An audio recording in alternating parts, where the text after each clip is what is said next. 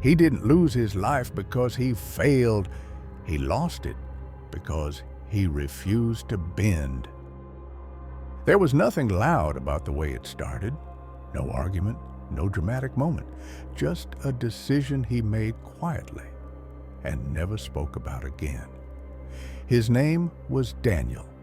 He wasn't arrogant. He wasn't cruel. He was the kind of man people described as principled. Daniel believed in standing his ground. He believed that once you gave in, even once, you taught people how to treat you. And for a long time, that belief served him well. He grew up learning to depend on himself. If something went wrong, he fixed it. If he failed, he took it personally, not as shame, but as responsibility. By his early 30s, Daniel had built a simple, stable life, a steady job, a small circle of friends, and a reputation for being reliable. People trusted him, but what they didn't see was how much he hated needing anyone.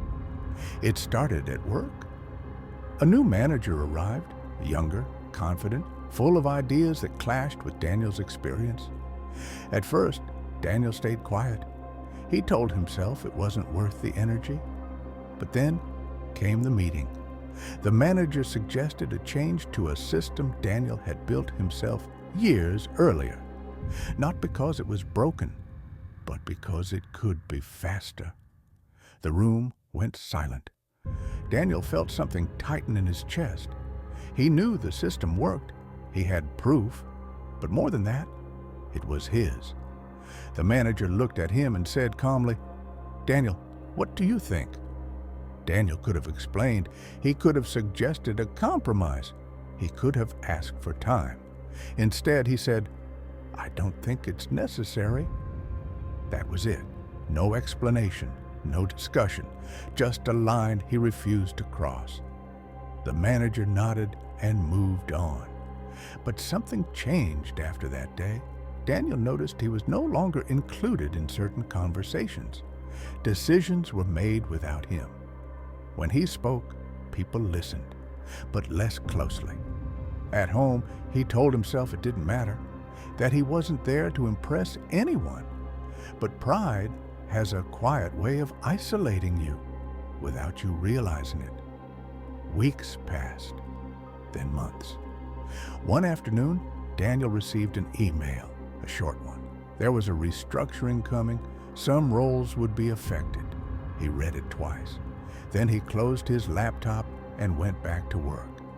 He didn't ask questions, didn't check with colleagues, didn't reach out to the manager, because asking would mean admitting uncertainty. And uncertainty felt too close to weakness. The day the announcement came, Daniel was calm. His role would be dissolved. There was an option to transition into a different position under the new system. The manager looked at him carefully and said, "We can talk about it." Daniel nodded.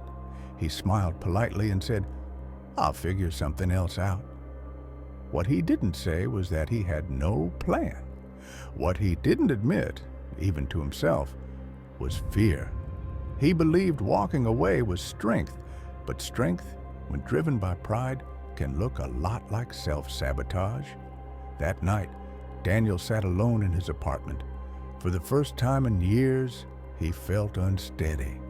He opened his phone, scrolled through contacts.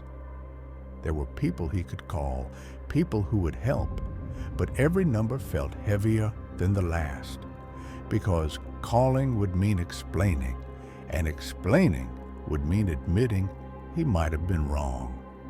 He placed the phone face down on the table and told himself he'd handle it tomorrow. He always did, but tomorrow has a way of changing when pride is the one making decisions.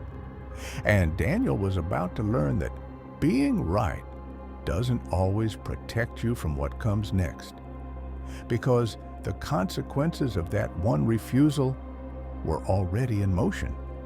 What happened next was something Daniel never saw coming.